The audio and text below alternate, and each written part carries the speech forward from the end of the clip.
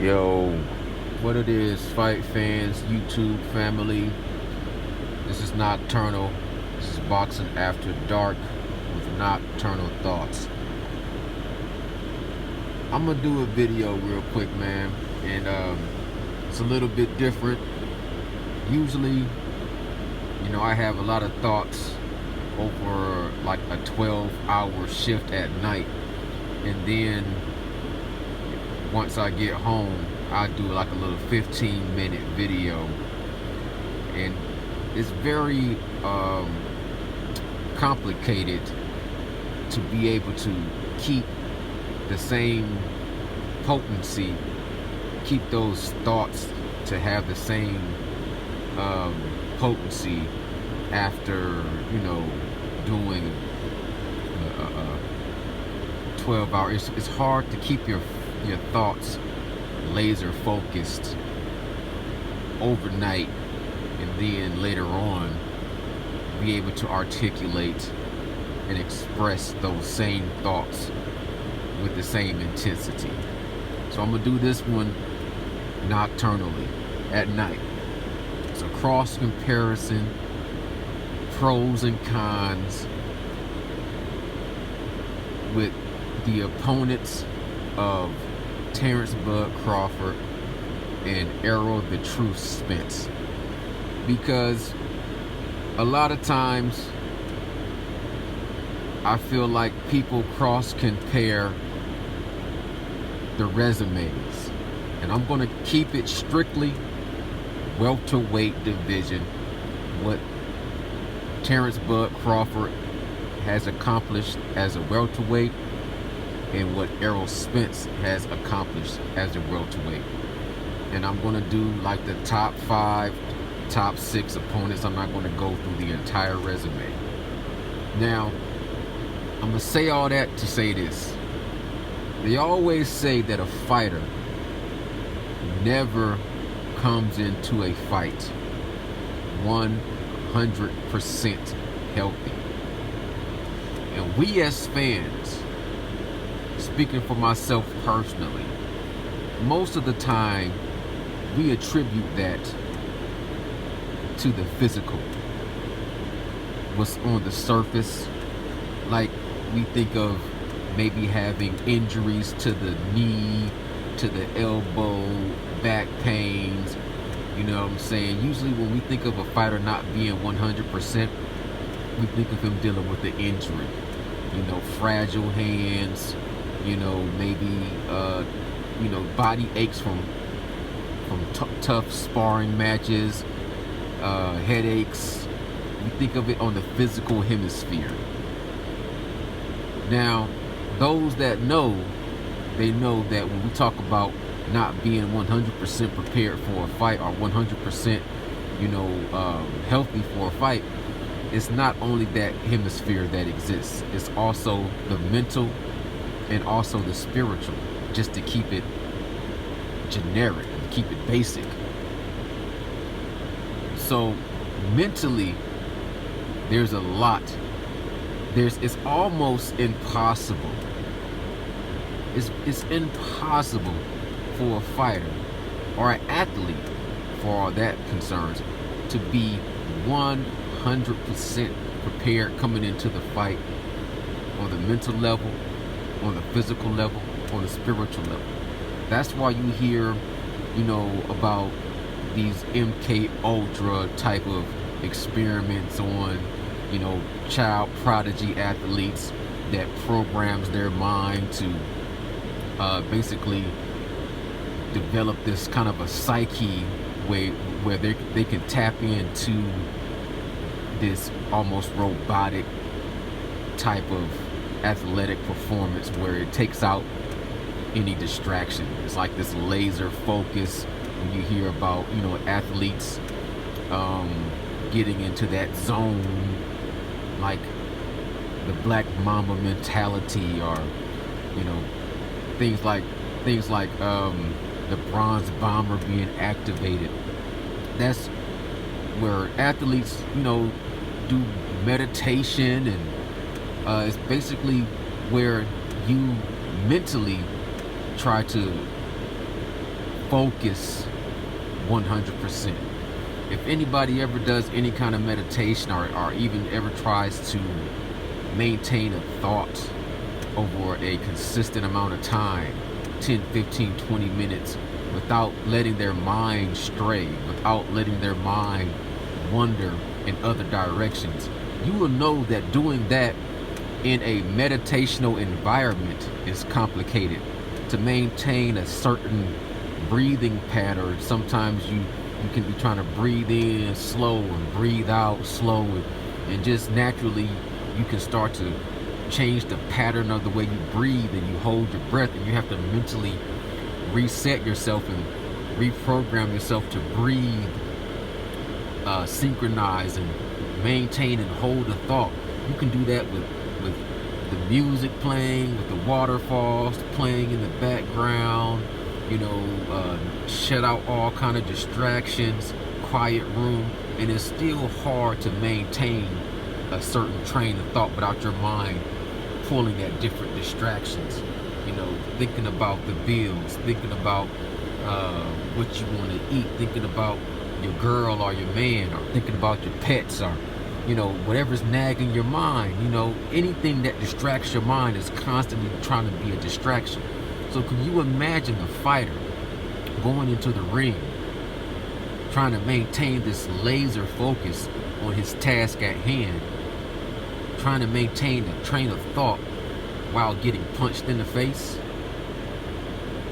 It's hard to maintain a certain thought and a certain breathing pattern while you're sedentary. You imagine trying to maintain and compose your breathing pattern while you're engaging in combat. Fighters don't fight and think about one punch this, one punch that. Their mind is also distracted. In the middle of battle, their mind can be distracted on a party they went to, or whatever happened in their, any kind of family issues, or if their dog got sick, or they're thinking about the after party. In the middle of the fight, they're thinking about the after party, or they're thinking about a song that they listened to. They're thinking about a million different things, because the mind is infinite, and it's hard to focus your mind in on one subject, one task, and hold on to that thought over a 12-round period. So they train for that. All the sparring, all the discipline, the running miles, training is all leading up to one moment, so that you can try to synchronize and harmonize your mind, your body, and your soul to go in there and defeat another man who's training and doing the same thing against you. So they're never 100%. There's always something. Sometimes what's physically or mentally a distraction is very blatant, right in your face. It's obvious. A broken eye socket is obvious. When we do a pros and cons list, and we look at Terrence Bud Crawford, and we look at Errol the Truth Spence, we can look at some of their fighters. Kell Brook, Agitas Kovalevskis, Amir Khan, Jose Benavidez, Jeff Horn. I can look at all the cons and all the pros for those fighters. I can say all the negative things about those fighters and all the positive things about those fighters. You're comparing the fighters, you're comparing the resume. I can do the same thing with Spence fighters. I can look at Danny Garcia, Sean Porter, Mikey Garcia, Carlos Ocampos, Lamont Peterson, Kell Brook. I can look at all the bad things. You want to tear down the resume of both of these guys. You always want to look at the bad and not look at the good. They say men lie, women lie, but numbers don't lie. Well, I'm going to tell you this. Numbers can lie if you allow them to, because there's a such thing as mathematical bias. because people that have a narrative can be biased and focus on the numerator and not focus on the denominator, which takes the numbers out of context, and they can be they can be numbers that are untrue. Men lie, women lie, numbers don't lie, but numbers can lie to you when taken out of context to use for a narrative. Especially if somebody is biased and they're only focused on the numerator and not focused on the denominator. So I'm going to look at the negative and the positive. I'm going to look at some of the numerators and the denominators for both guys and the guys they have fought in the welterweight division. And in my opinion, I still see, I'm going to put this disclaimer right at the front, I still see that Spence has fought tougher competition, because I get people coming on my channel and they say, Spence ain't fought nobody. And that's cool. That's your opinion. You entitled to your opinion. God bless you. And people say Bud hasn't fought anybody in the welterweight division. I say, man, that's cool. That's your opinion. You entitled to your opinion. God bless you. To say a man hasn't fought anybody, I feel like is a broad statement that's so generalized that it really does a disservice to the sport. I like how Mike Tyson, after he finished fighting Roy Jones Jr., said, I'll never call another fighter a bum, because now that I'm old and I just can't do this stuff like I used to when I was in my prime, I realize how much hard work it takes to do this. I'm just a YouTube spectator, and I need to make sure I come from a humble approach when I talk about these athletes, these elite athletes. You know what I'm saying? So I'm going to address the negative and the positive on some of these fighters. And when I do the math, I still see Spence fighting tougher competition. So when I look at who Spence has fought, when I look at from the perspective of when he fought Kell Brook, a pro, a good thing you can say about Kell Brook, at the time he was dominant in the welterweight division. He was in his prime the way he was able to dominate Sean Porter. He was big, he was strong, he was crafty, and he knew how to have ring generalship and control and win a decisive, a clear victory over Sean Porter. The con of Kell Brook at the time when he fought Spence was that he went up in weight to fight Triple G, suffered damage, a broken orbital bone. I'm saying that incorrectly. A broken orbital bone. Let me say that one more time to let you know I can speak clearly. He suffered a broken orbital bone. And when he came back down to fight Spence, you got to understand that physically, you can see no longer will he be at 100%. But we can't see the mental part of that. And we can't look at any other little things that might have been on his mind besides just him suffering a broken orbital bone versus any other issues he might have had going on in his life. You know, he could have been thinking about money issues. He could have been thinking about relationship issues. Little things that we're not even paying attention to. You know, his dog could have been sick. He could have had a hangnail. He could have stubbed his toe the day before. We don't know.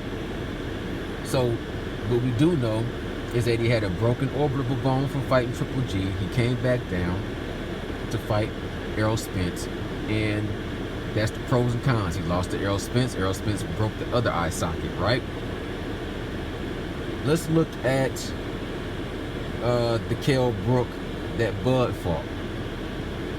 If you look at the Kell Brook version that fought Errol Spence, and you look at the Kell Brook version that fought Bud Crawford, who do you think would win? I think that the Kell Brook that fought Errol Spence would win against the Kell Brook version that fought Terrence Bud Crawford. The Kell Brook that fought Terrence Bud Crawford not only suffered a broken eye socket, orbital bone from Triple G, he also suffered another broken eye socket from Errol Spence. Not only that, he was struggling. He went up to fight 2 more fights in the higher weight class. He was struggling to make the welterweight division, and he had to suck himself down and weight drain himself down and come in ill prepared.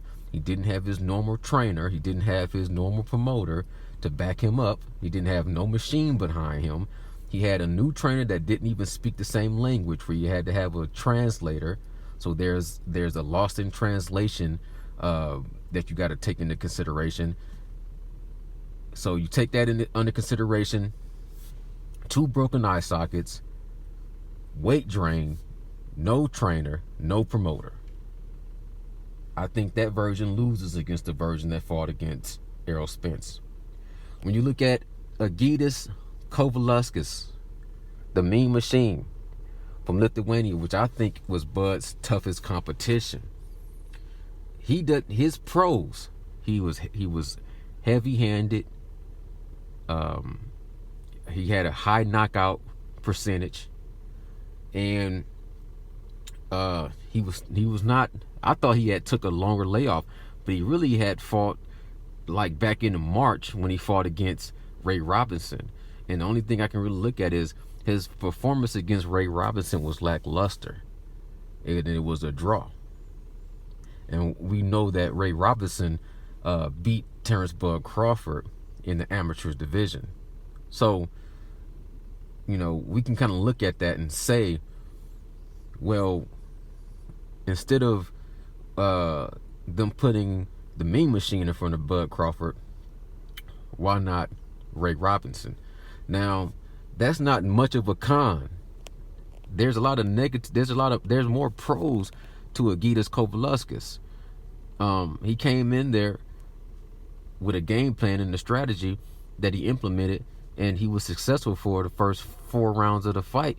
I feel like he gassed out. I feel like, once Terrence Bud Crawford figured him out, started switching up to different stances, it was just a battle of attrition, and he didn't have the ability to go into the deep waters. He got drowned. Terrence Bud Crawford, started knocking him down, having his way, and dominating the fight. It was a good fight. Egidijus Kovaliauskas was a good, solid fighter. That's a pro. He had good power in his hands. That's a pro.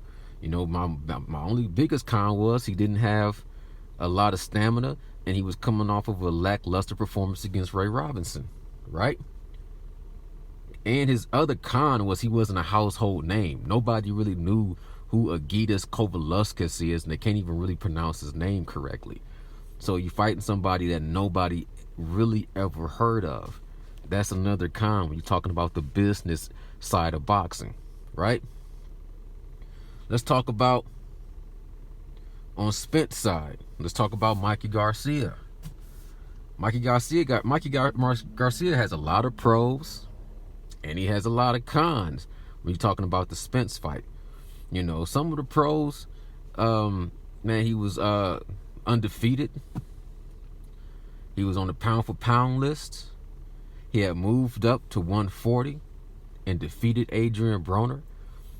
A lot of people feel like he was moving up, too many weight classes to fight Errol Spence, but there was actually talks of him moving up to 154 to fight Miguel Cotto on Miguel Cotto's way out. When he weighed in against Adrian Broner, he weighed in right at 139 pounds, or 138 point something pounds. So it's not a huge leap to go up to 147. And then you think about it, him moving up to 147, he really can pack on some muscle. He don't have to, really deprive himself of nutrients and starve himself down to a certain weight. When you think about the cons, of course, he's moving up weight classes. Some people say 2. Majority of people say 2 weight classes. Some people say he moved up 1 weight class. Either way, he's a smaller guy. He's like 5'6", and he comes in weighing less than Errol Spence. And a lot of people at that time was fixated on the fact, Errol Spence is this weight bully. He's way too big. he's just going to, use his size and his power against Mikey Garcia. Mikey Garcia has a better ring IQ. He's going to be able to outbox Errol Spence, right? We know how that played out. But there's the pros and cons right there for Mikey Garcia. He was a smaller guy, but he was undefeated. He's durable. He hasn't been knocked out. He hasn't had anything broken. No eye sockets broken. And as far as him, fighting at that weight class of 140 pounds and having success against Adrian Broner, he thought he was going to be able to replicate that with Errol Spence, and found out it was more than meets the eye, and he was fighting a different type of an animal, right? So let's move on. Amir Khan. You take Bud fighting Amir Khan. Amir Khan, when he hit the scene, he was a beast. He fought Lamont Peterson. He lost that controversially. He got a couple of points deducted for pushing off. I think later on they found out that Lamont Peterson admitted to taking PEDs, performance enhancers, and they gave that title back to Amir Khan. He had the fastest hands in boxing at a point in time, and while his chin was still good, he was a formidable opponent. But we all know, once he got his chin broken, he was not the same fighter. So his cons was he didn't have any punch resistance on his chin. Once he got knocked and dropped by Danny Garcia, once he got broken by Canelo, he lost his that desire, that heart of a lion, that heart of a champion. He lost that factor. He lost that punch resistance. By the time he fought Bud, you can see he got hit a couple of times. He got outboxed, and he quit. He didn't show the heart that he used to have. So by the time he fought Bud, he was a broken fighter. He was a good name. That was a good pro. He was a good name to put on the resume. But the con was he was shot. His chin was shot. His punch resistance was shot. Right? Let's move on.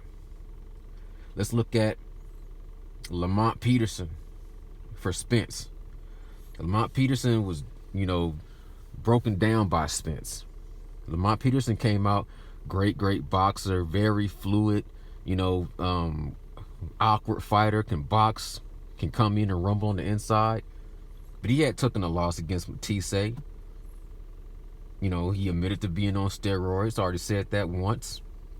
So, to me, when he fought like a Danny Garcia, he fought Danny Garcia in a way where he could have won that fight, should have won that fight, but he got out. He got caught coming in.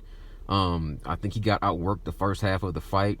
Once he decided to start to try to walk down Danny Garcia, he had more success. It was a controversial fight, but at the same time, Lamont Peterson, to me, by the time he got to Errol Spence, he wasn't a great fighter anymore, and he was coming to where Errol Spence.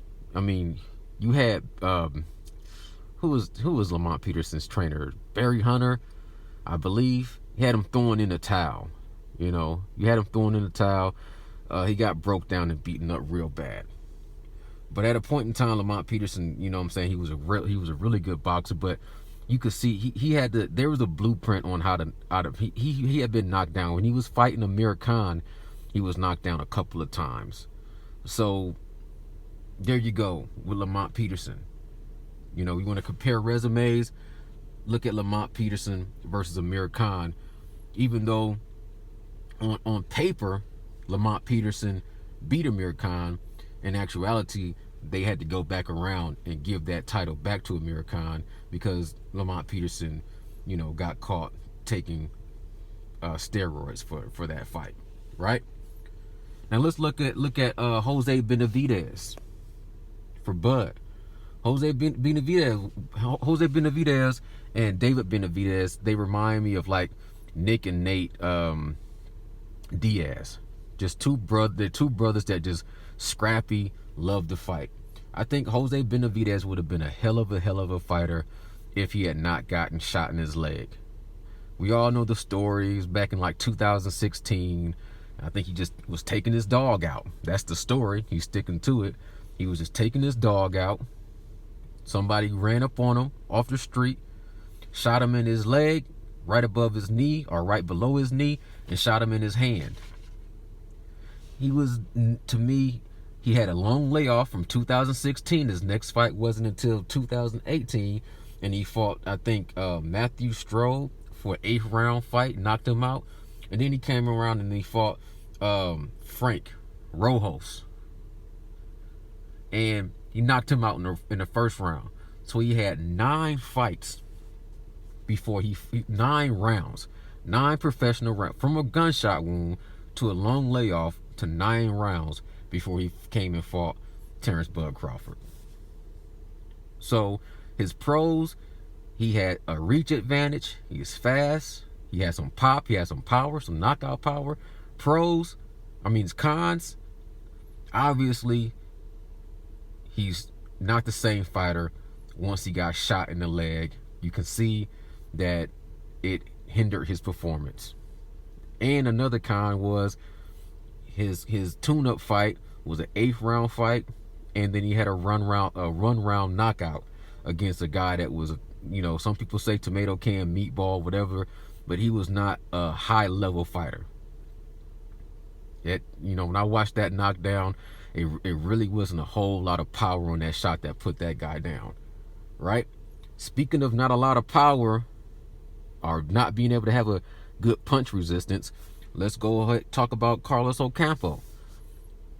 Another 1-round knockout for Errol Spence. A body shot that quivered the liver of Ocampo's. But up until then, he was undefeated, young, coming in, blasting through competition. That's one more thing I got to say. I don't care how much knowledge you got of boxing. You can go through any boxer's resume and look at a lot of names that are unfamiliar to you that you don't know. So that's why I try not to go through and say he fought all these bums, all these no names, all these tomato cans, because you can look at Muhammad Ali's record. You can look at Sugar Ray Robinson's record. You can look at, Deontay Wilder's, Anthony Joshua's.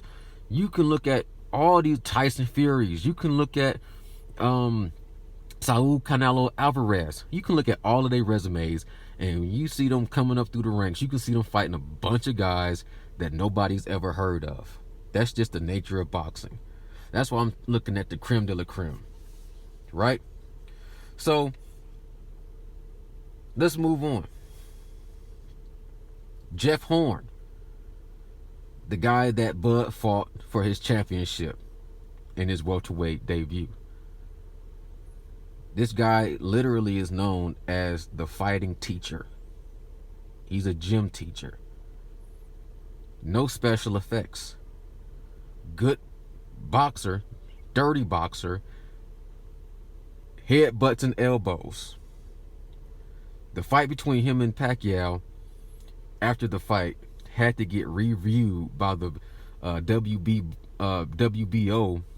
to, Pacquiao complained so much of how the dirty tactics of Jeff Horn, plus he felt like he was robbed.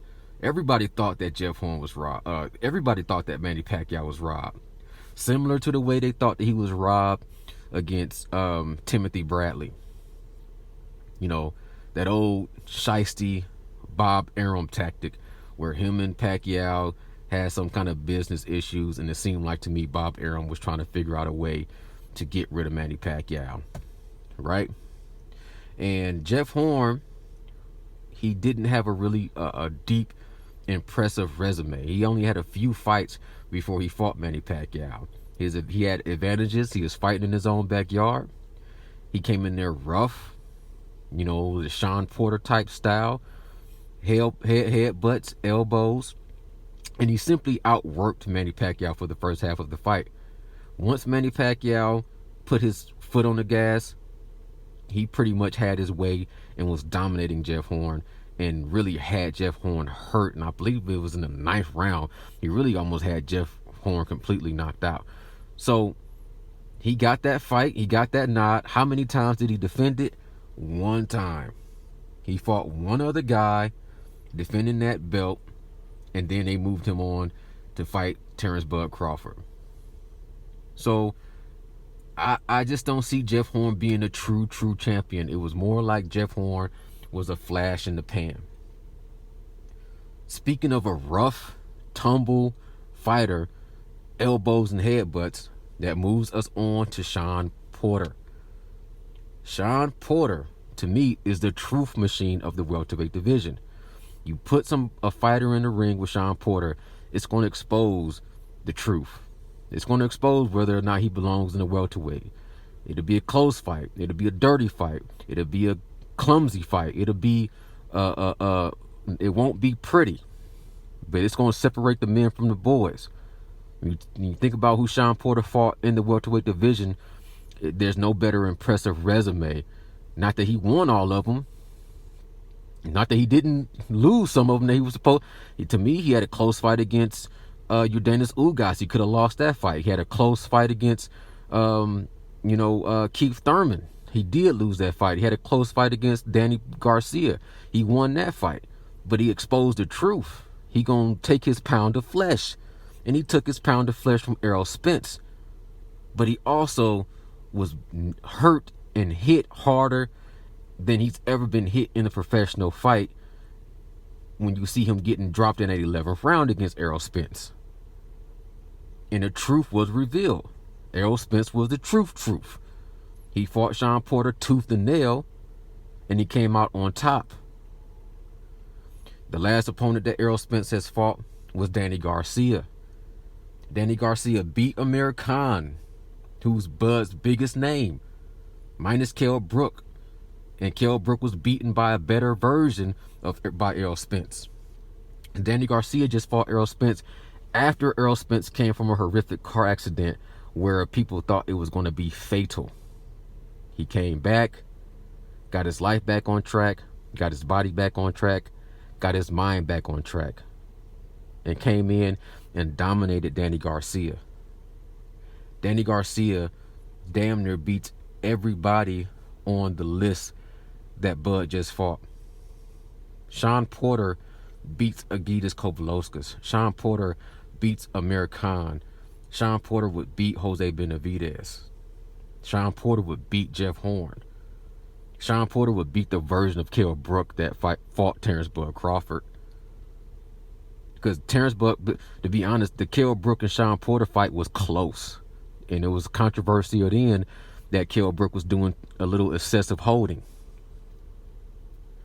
So when I stack it all up and I look at the welterweight division of who's Bud fought and who's Errol Spence fought, when I look at the pros and cons, when I look at the loss and defeats and the competition that they fought and the potential who they could have fought, like, you know what I'm saying, Mikey Garcia could have fought Miguel Cotto. He did fight Adrian Broner. You know, when I look at who Agitas Kovalauskas fought, Ray Robinson, when I look at who Amir Khan's fought and got beat by, you know, Danny Garcia, Lamont Peterson. When I look at the version of Kell Brook that fought Bud, and I look at the version of Kell Brook that fought Spence, it's night and day. So you tell me, when I do my calculations, how my numbers lie to me that Spence has fought the tougher competition in the welterweight division. He still got work to do. I'm not acting like Spence just came in and fought everybody and beat everybody. He's not a world conqueror yet, but he's on a better path to conquering the world in the boxing world versus Terrence Bud Crawford. His best work is behind him in the 140 division, 135, 140. If he wants to dominate the welterweight division, he has to go through Spence. Not saying that he can't beat Spence. It'll be a great fight. We all want to see that fight. But when we just doing a comparison of who they fought, you got to be from another planet if when you do the math, you feel like they have an equal resume. They don't.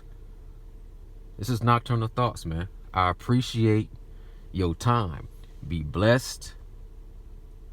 And all my subscribers, I so sincerely appreciate you, man. Words do not express. It's hard for me to express words. I don't want to sound what's the word, condescending. You know what I'm saying? Because it's just real. The ones that know, they know. When I come back and I give you a proper salute, and I say, man, I really appreciate your comment, or I really appreciate your respect, I really appreciate that shit. Because there's a lot of people out there that have a way different mentality, and you know, we'll deal with them as they come. Nocturnal Thoughts, I'm out. Salute.